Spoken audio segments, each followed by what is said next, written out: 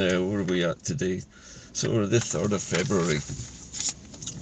What's been going on in the last, well, 10 days or so? Not a lot, but there have been a lot of developments from a personal viewpoint. I've been making various comments and posts on X and getting some interesting replies. And one of the most interesting replies I got was from Mary Hunter from the SNP. And in reply to a post of hers, I'd asked her whether the SNP was going to explain to voters how exactly what the process would be for gaining independence and why it hadn't been articulated before. Now, I got a very fulsome response from Mary, and to be fair to her, she made her point. But her point was that, in her view, I'm presuming, and perhaps this is shared by the SNP itself, that independence doesn't have any quick fixes. Now, nobody ever said that there would be any quick fixes, but in the absence of any kind of process, she said that the thing that was most important to remember was that, in her words, and I'm going to quote these words because I think it's an interesting take on this, that she viewed independence as a political project. Now, this makes it seem as though it does not have any kind of time frame, that there's no urgency attached to this, and that it's a project that can be done, kind of in your spare time, as though you were, building a boat out of matchsticks, or you were painting a picture of something over a long period of time. But the problem is there is a sense of urgency creeping in now, and I think it's important for all political parties, and I'm not just targeting the SNP here on this matter, for all independence parties to kind of nail their colours to the mast and say what they think. Now, if Mary Hunter's position is a reflection of what the SNP's position is, then that means they view independence as desirable, they support the idea of it, but they don't have any plan in the near term to bring it any closer to fruition. They're going to keep fighting for it, but there is no actual plan in place to achieve it. Now, I can see why people would say there's no shortcut. And I have pointed out, I don't know how many times to everybody, that you don't get your independence by asking for it. The United Kingdom never lets go of its colonies easily. And if you go and ask Google the question, how did former colonies of the United Kingdom free themselves from colonial grip and become independent, you'll get a range of answers. But the one key thing I noticed in all of the answers that I looked at from Google was that the word negotiations cropped up. Now, this I think is interesting because one of the things that isn't a reserved matter, believe it or not, is negotiating with the UK government for independence. Actually declaring it would be, according to the United Kingdom, not allowed, and holding a referendum on it without the permission of the UK would not be allowed. And according to Mary Hunter, in another part of her reply to me, she said that that you couldn't gain independence without the agreement of the United Kingdom. Now, when you're negotiating with somebody, whether or not they agree that you should do something or not, the fact that you're negotiating it means that they must have agreed to the negotiations, yes? So the main thing I think that all parties need, I think, possibly based on what I've read and researched recently, what all of the parties of independence need to say perhaps, is that they would be prepared to negotiate with the British government on independence. Because in doing so, they're not breaking any rules. There's nothing reserved about the word negotiations. You can negotiate with anybody about anything. And negotiating with the UK government, which is supposedly the overarching government of the whole UK, is something that you can do as a national government within that framework. I don't see any reason why that shouldn't be done. Now, while we're talking about negotiating with the colonizer, if you like, that is the UK, it came to light today that Catalonia has sent a fairly hefty delegation of its political figures to the United Nations. And what they're talking about is increasing the support for Catalonian self-determination on an international level. In other words, they've taken the step of sending a delegation to the UN with the task of negotiating more support internationally from UN members for Catalonia's right to decide its own future. Now, we haven't seen anything like that from any of the Scottish pro-independence parties, nominally pro-independence parties, but this is something which needs to be done in parallel, and you've probably heard me talking many times about Salvo's efforts to do just that. And that is something which will be going on in the background that I can't talk about because that is a very sensitive subject, and I leave that to the people who are actually doing these approaches to the UN. But it's not the Scottish Government doing it, and it's not the SNP, nor is it ALBA, nor is it apparently the ISP. So none of the political parties at the moment are in a position to do this. However, they might be later, and I'll come back to that point just shortly. However, the other thing that I noted from my research on how other countries managed to leave the United Kingdom, there are a variety of ways. Now, some countries, in some places like Ghana and in Cyprus, there were violent uprisings against British rule. Particularly in Cyprus, Greek Cypriots had a violent uprising to kick the United Kingdom off their part of Cyprus. And if you remember, Cyprus is partitioned between Greece and Turkish residents. Now, in much the same way, when India was trying to free itself from colonial rule in 1947, I think it was, there was an agreement made by the UK government of the time which split India into two, I would say, cultural and religious factions, and that became India and Pakistan. That was the Muslim east of India, I think you would say, if I remember my geography correctly, and the Hindu and more secular side of India, which became what is now India.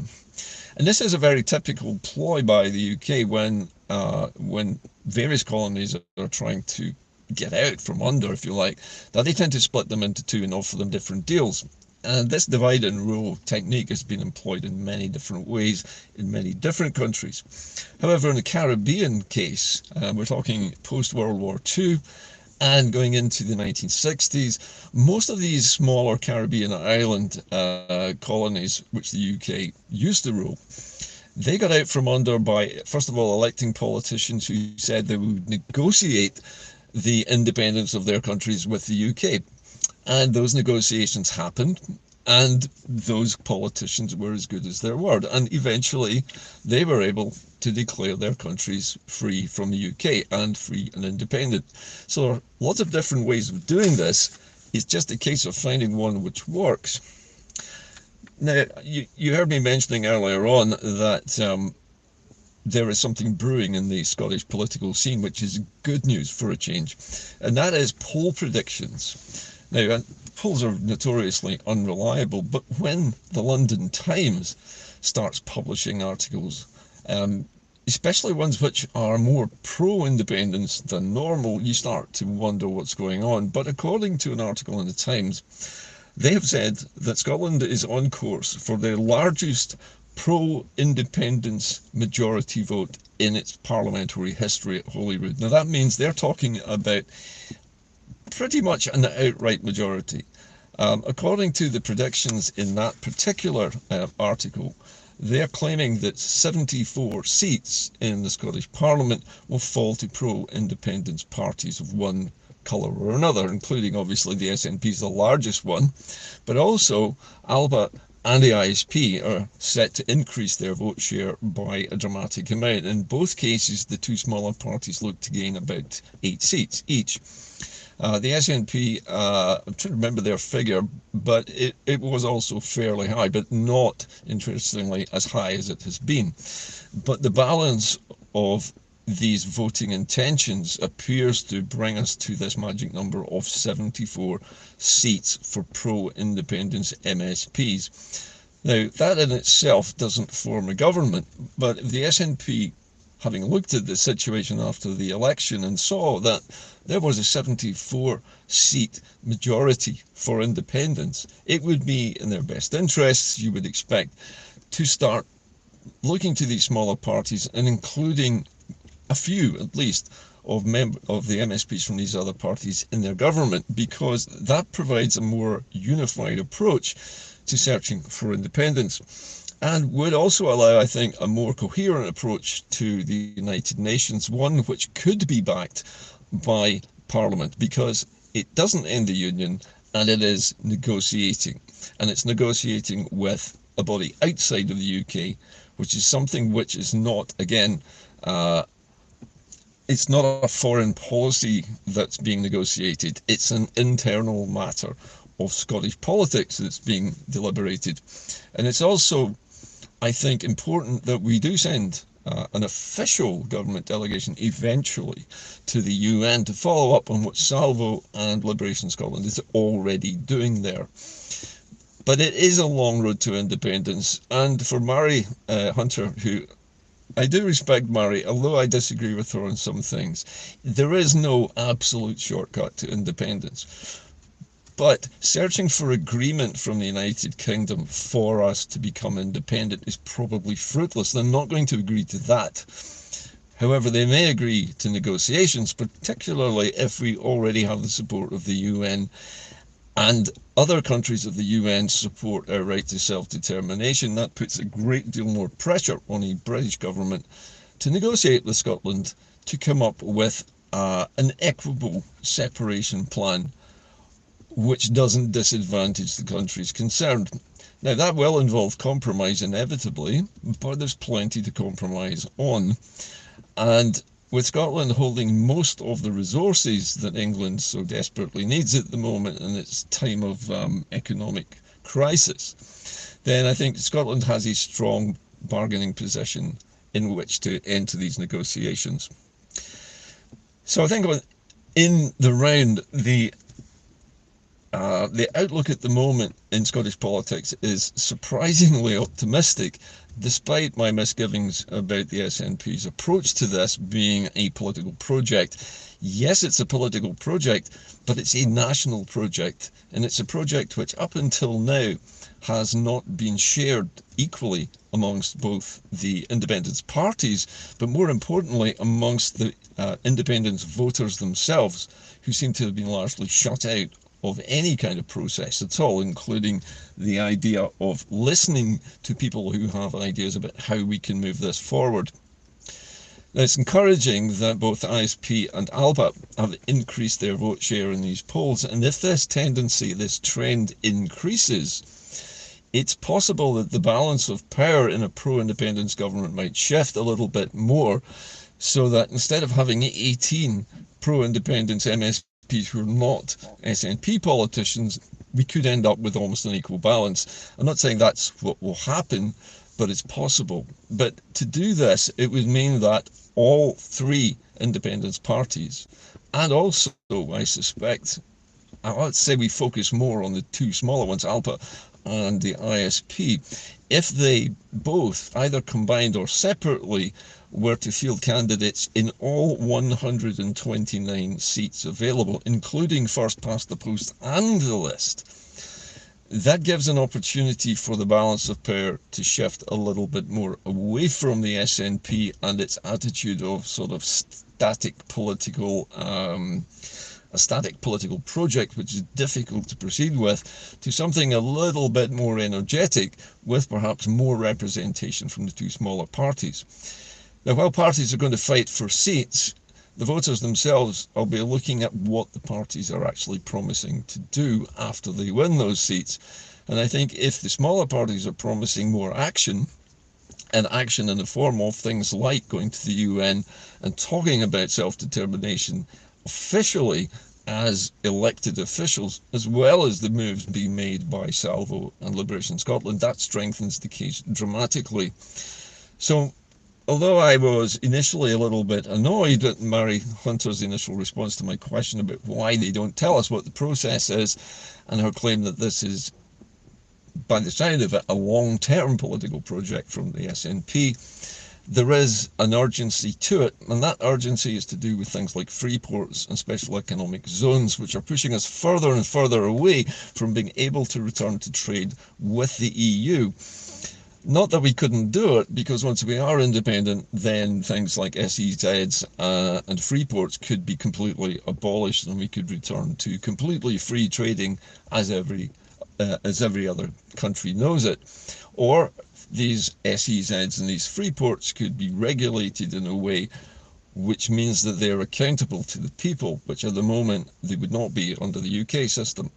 So there's a lot of things in the political sphere at the moment to unpack, but I think the critical thing here is the fact that there is the possibility of the largest pro-independence majority that Holyrood has ever known. Now that would be a piece of political history, and it would buoy up people like myself who want independence, and everyone else who wants it as well, who are not particularly worried about which party it is that's achieving it, so long as somebody is.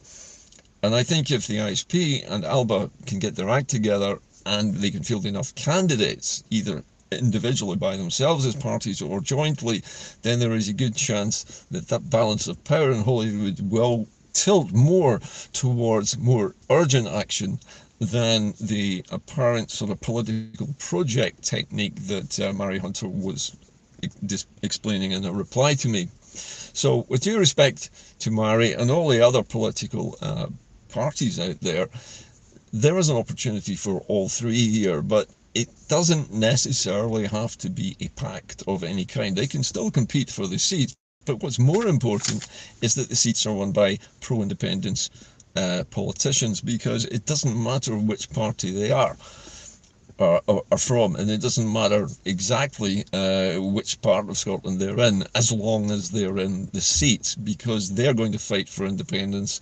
And if that is happening across 74 seats, then that leaves something like 55 pro-union seats left in Holyrood, a clear minority. And that means passing bills in Holyrood is much easier, and that would mean things like sending delegations to the UN would be relatively simple if put to the vote.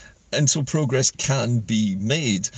But progress can't be made if we keep thinking that this is a political project where we can just sit back and hope that it happens. We have to make it happen, and that is going to take all three parties and everybody like myself who's going to vote for them. Anyway, that's it from Inde-Car today. Sorry this has been a little bit of a mixture of things today, but I think it's important to bear in mind that if we have the possibility of the highest number of pro-independence MSPs that we've ever seen in Holyrood, this is the opportunity to make that huge majority that might be achieved into something useful for a change, instead of just backbiting and slagging each other off, as is traditional in the Westminster system. If those three parties got together and decided to do something about progressing independence, they could negotiate between themselves about negotiating with the United Nations or with the European Union or any other international body they felt like forming alliances with. And to my mind, the most important thing they could do is actually start making contact with other former colonies of the United Kingdom and having their support at the UN for Scotland's right to self-determination. Anyway, that is it from me today. I hope you have a pleasant 3rd of February, and I'll see you a bit later on in the week. Norrie Hunter and myself will be back on Friday morning with Hodma Jacket, which will be, I suppose, the first official version of our show, and we're hoping to invite guests onto that in due course. In the meantime, keep the faith, and remember, anything can happen in politics. We live down the rabbit hole at the moment in terms of politics, so anything could happen. Let's hope it's something nice for a change. See you soon. Bye for now.